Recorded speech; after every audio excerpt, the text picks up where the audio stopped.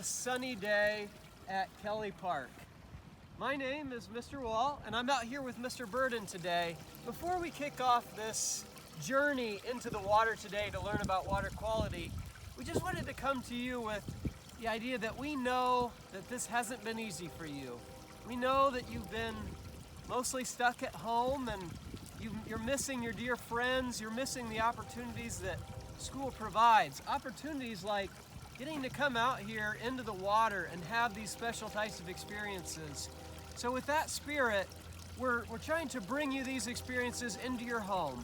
So if you'll look around here, what you'll notice at Kelly Park, it has a lot of wooded area behind us. There's a lot of wildlife that lives out there, things like birds, things like deer, squirrel, many different types of wildlife that live out here in these conditions. Now, just in front of us, there's this small water collection area. It's really not so much a pond as just a collection and overflow area, but many animals make this area their home.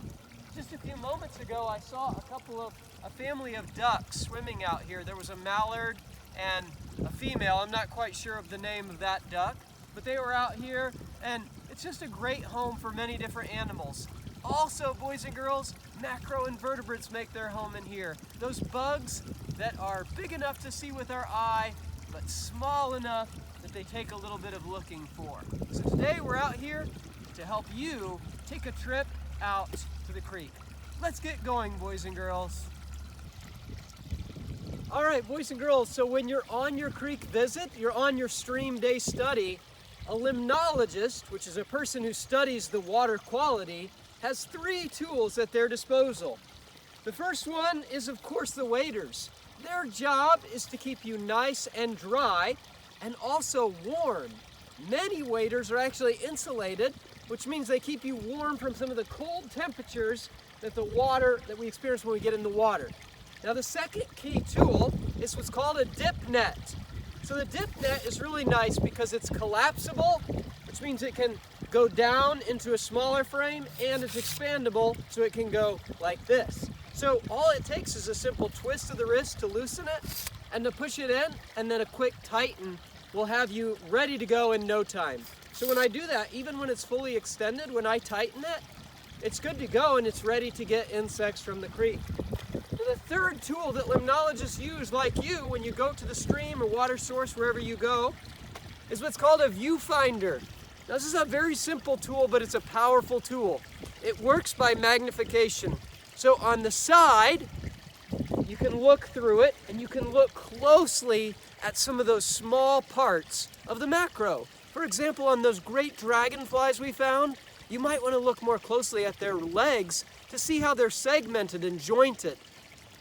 Now, you could also look down from the top and get a view down onto the top so you can see some of the different patterns that the macroinvertebrate has to either camouflage itself or just in general some of the markings that they have on them. This is a great tool to be able to look at your macroinvertebrate more closely. Now, boys and girls, speaking of macroinvertebrate, I'm going to let Mr. Burden talk more about that word and what it means here in just a moment.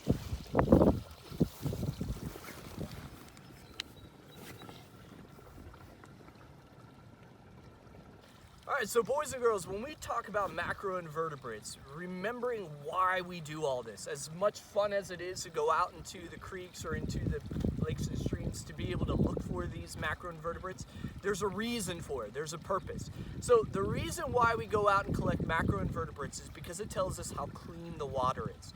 Now, we use things like what we observe with the environment around the creek and the water. However, we also use the insects. They also tell us something important about if the water's clean. Because if we can find certain types of macroinvertebrates in the water, then that means that the water itself is at different levels of clean. Now, as we're looking at the macroinvertebrates in this bin, remembering too that macroinvertebrate means that macro, it's big enough that I can see it with my eyes, and invertebrate meaning it doesn't have a backbone, because these guys, their bones are on the outside of their body. They have like this exoskeleton that covers all the squishy stuff on the inside. Where you and I, our bones are on the inside with our protective skin on the outside. That's not how these guys are. They have, again, that exoskeleton. They don't have that backbone, and they're macroinvertebrates, meaning, again, they're big enough macro that we can see them with our eyes. So, boys and girls, I'm in the creek now. I have my waders on and my net. Now, one thing I'm trying to do is to use my net to dip in here into the creek, and I'm going to kind of gently pull up some different things here and see what I've got. Now, what I like to do is I like to look very carefully, because many of these tiny macroinvertebrates are a little bit hard to see at first, but even right now, I can see a tiny snail here, and we'll check out whether this guy is a right-handed or a left-handed snail in just a moment. But if I hold this guy up, actually I'm going to go ahead and put my net back down. So I'm going to take him and hold him like this. Now the opening to this guy opens to the left. So we know that this guy is a left-handed snail. So he's one of the macroinvertebrates that we can find out here. Now the other one is the right-handed snail, and simply as the name suggests, it opens up to the other side. So I'm gonna go ahead and dig again and see if there's any other good finds in here. Right here we have a little aquatic worm. So let's see if I can find him. He kind of burrowed back into the mud. It actually looks like just earthworms actually in here. Let's see. It's very mucky in here, boys and girls. So one thing that you'll find as you're wading through muck, it tends to suck you in a little bit. And it's very sticky, kind of goopy. And you know, when you step into it, you sink down a little bit. So it takes some work to get your waders back out. I see something moving here. Not sure if we have a leech. Looks like maybe a leech here. Yep, that appears to be a leech, boys and girls, a rather large one. Definitely not something that you would want to get stuck to you for sure. Let's see if we can kind of turn him over here and maybe we can see. Over here in the... Huh? Oh, yeah, good point. Crikey, mate, we've got a big old... Sorry, what are these? Crikey, mate, we've got a big old leech. Here, I'm gonna see if I can get him. Hopefully I don't get him stuck to me. Come here, leech. He won't come off of there. We got a big... Oh, there he is. Let me see if I can grab him. Whoa! All right, so boys and girls, something different that we have here at Kelly Park that you may remember last year when we were at Cherry Creek in kindergarten is that, as Mr. Wall was mentioning earlier, this is a bottom that is mucky. And what that means is it's like got a lot of decomposition. Now, decomposition is a really fancy word that talks about things that have died, like plants and trees and animals that have died. And over time, this area gets really, really deep with all that sediment, all that soil, all that just muck of that muddy bottom. Now, very different than Cherry Creek, where it had a really rocky bottom and you could see all those different rocks in the creek. This area is a lot different than that. So because of that, we'll oftentimes have to look for different macroinvertebrates in this area, and we'll have to look a little bit different than how we were looking at the creek. So what I'm doing is I'm trying to bounce off of the stones to see if I can find anything that's living on those stones. See if I can find any maybe snails. I found a couple of these guys that made their homes on it. And see, these are all different snails. These are, I don't think these are left or right-handed as much as these guys are just aquatic. They've got, you can definitely check these guys out. Maybe they are. Maybe they are.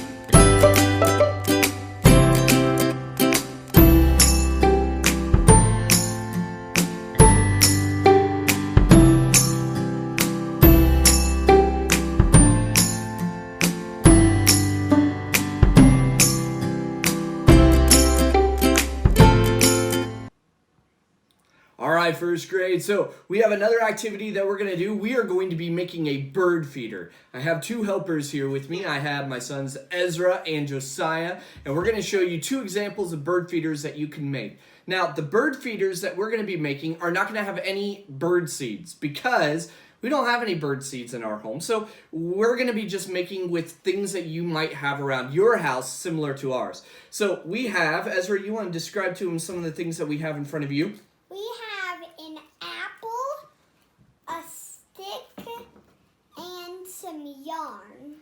And then Josiah, what do you have in front of you? I had that knifey thing, peanut butter, a piece of yarn, a knife, and pine cone. All right, so we're going to show you two different examples of bird feeders that you can make. So Ezra's going to go ahead first, and he's going to show you how you can put the apple on a stick. And the stick that we're using is one that will allow birds to be able to perch on the sides. But go ahead, Ezra, you want to show them how you can put the apple down in the center. And you may need a parent to help you with this, but the idea is that you want to make sure that that apple is stuck inside with that stick.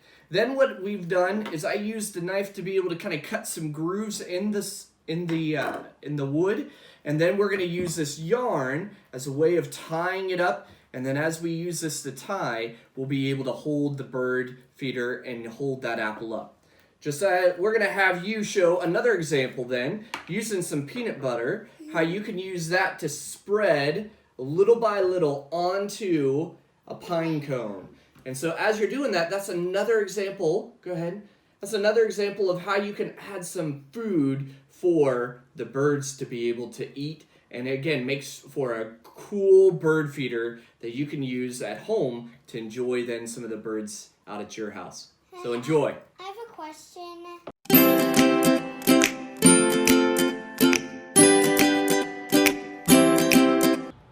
All right, so we're outside now to go ahead and put up our bird feeders. And as we do that, we want to put it in a place where it's going to be a great spot to watch and to observe the birds. So we're going to go ahead and take Ezra's first. We're going to put it up here on the fence so that way it's in a place where the birds can get to it and we'll be able to see it a lot better.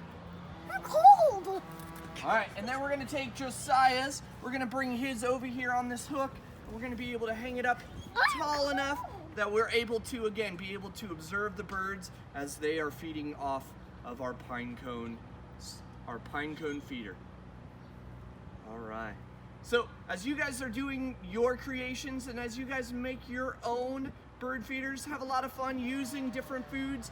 There's some resources that we'll also be attaching into the video to make sure that you're able to find the exact type of foods that are best for birds. So have a lot of fun, guys. Enjoy.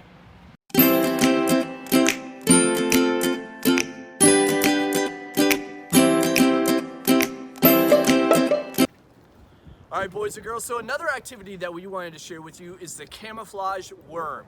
What we mean by that is we're not going to actually use any worms. We're actually going to be using pipe cleaners, and we have them all kind of curly cued up so that they kind of look a little worm-like in the way that they look. But we're going to use different pipe cleaners with different colors, and we're going to blend them into the environment right along this path. And the idea is we're going to see if we can camouflage them very well.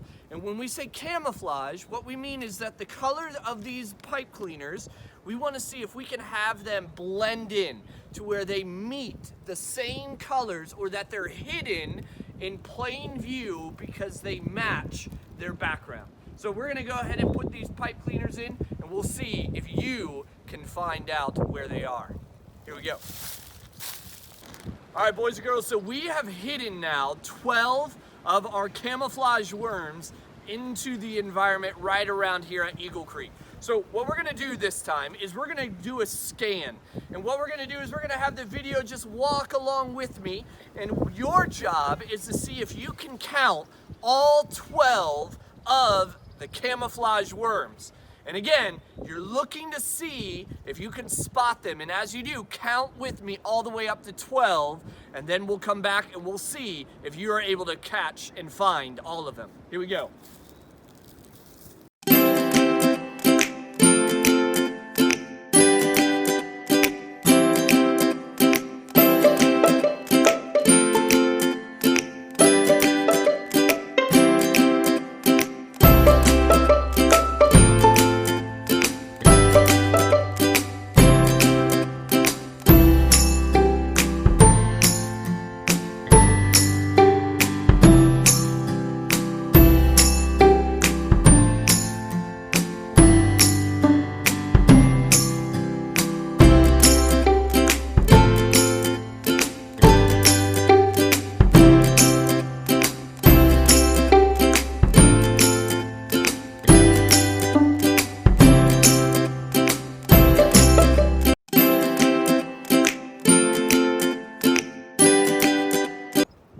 boys and girls, so now let's see how well you did in your count. So I'll point out to you. So we've got 1, 2, 3, and 4, 5, 6, back there, the 2 together, 7, 8, 9, 10,